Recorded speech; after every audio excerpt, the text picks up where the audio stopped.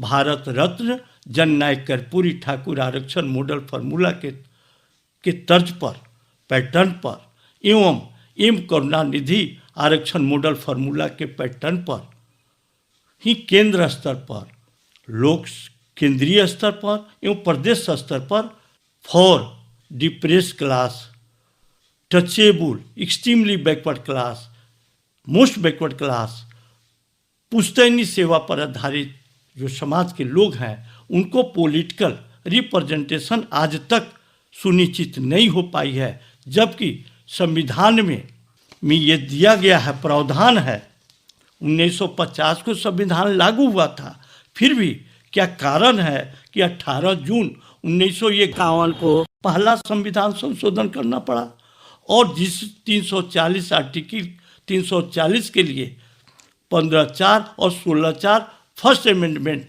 यानी प्रथम संविधान संशोधन करके उनको जोड़ने का काम किया गया। और नेक्स्ट संविधान के 16वां भाग में एक लाइन दर्शाया गया है, special provisions related to certain class. क्या वो टचेबल वर्ग के लोग, एक्सट्रीमली बैकवर्ड क्लास के लोग, मोस्ट बैकवर्ड क्लास के लोग, DNT के लोग, जो टचेबल सेवा पर आधारित लोग हैं, क्या उनको ये प्रावधान प्रोसेस है कि नहीं है? अगर से है तो केंद्र में अभी परिसीमन होने जा रही है 2026 से 27 तक।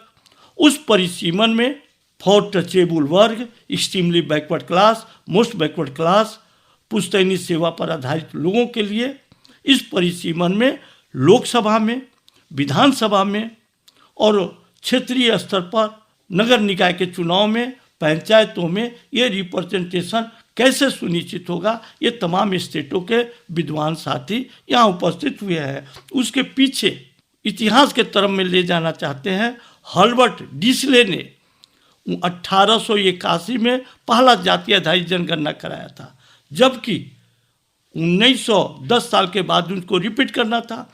तो 1911 में ही टचेबल और अनटचेबल का सवाल उठकर आया था और 1921 में वही डिमांड पूरा रह गया। फिर 1931 में गोलमेज सम्मेलन में बाबा साहब के द्वारा एक सवाल उभर कर आया कि हम अनटचेबल है, मुझे मेरे लोगों को पॉलिटिकल, संघीय लोकपालिका, संघीय विधान पालिका, कार्यपालिका और राजकीय सेवाओं में रिप्रेजेंटेशन सुनिश्चित होना चाहिए। उनको कॉमनल अवार्ड से मिला। बल्कि उसी जगह झारखंड बिहार के जयपाल सिंह मुंडा साहब ने कहा कि मेरे लोग तो न टचेबल है न अनटचेबल है, मेरे लोग तो जंगल और पहाड़ के बीच रहते हैं, तो उनकी कैसे रिप्रेजेंटेशन सुनिश्चित हो पाएगी। तो ब्रिटिश हुकूमत ने उनको शेड्यूल बनाया, उनको फिक्स किया, रिप्रेजेंटेशन मिला। वो आर्टिकल 330 के तहत वही संविधान के 16 भाग में special provision related to certain class में के ही उसी में आर्टिकल 330 के तहत उनको लोकसभा और विधानसभा प्रतिनिधित्व में मिला। उसी प्रकार 332 के तहत विधानसभा में मिला। बल्कि शेष जो टचेबल वर्ग है वो वंचित रह गया। और संविधान के 75वां वर्ष के बाद आज नए सिरे से पूरे भारत में परिसीमन होने जा रही है। उस परिसीमन में हमारे ये विद्वान लोग डिसाइड करेंगे कि हमको कैसे ये परिसीमन के माध्यम से इनकी डाटा कलेक्ट करके इनको रिप्रेजेंटेशन कैसे सुनिश्चित हो पाएगा। तो कर्पूरी ठाकुर आरक्षण मॉडल फार्मूला के तहत जैसे 10वां संविधान संशोधन हुआ था 8 अगस्त 1961 को, बल्कि उसी पीरियड में गजट नोटिफिकेशन के माध्यम से आर्टिकल 340(3) ऐड करके स्टेट को पावर दे दिया गया था, सेंटर को पावर को डाइल्यूट कर दिया गया था, मोड़ दिया गया था। उसी स्टेट के जो आर्टिकल 303 जो स्टेट को जो पावर मिला वही जननायक कर्पूरी ठाकुर 1972 में प्रथम मुख्यमंत्री बनते हैं तो आयोग गठित करने का व्यवस्था की है। फिर उनका आयोग का रिपोर्ट आया तो 78 में लागू किया। उसी लेटर के आधार पर तमिलनाडु में एम करुणानिधि साहब ने दामोदरन कमीशन गठित किए और वहाँ भी 69% रिजर्वेशन लाया गया जो शेड्यूल 9 में आज भी दर्ज है। अब जो पूरे भारत में अन्य प्रदेशों में टचेबल, अनटचेबल,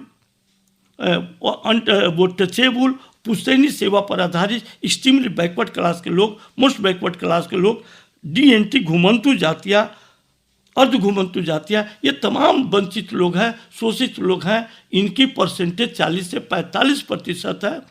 और आज ये सम्मेलन में सारे विद्वान लोग डिसाइड करेंगे, इनकी राय से हम लोग फिर नेक्स्ट तमाम रिजर्वेशन क्षेत्रों पर ही सम्मेलन करेंगे। चूँकि लोकसभा के जितने रिजर्वेशन क्षेत्र 131 है, ट्राइबल के लिए 47 सीटें रिजर्व है, SC के लिए 15% जनसंख्या वालों को 87 रिजर्व है।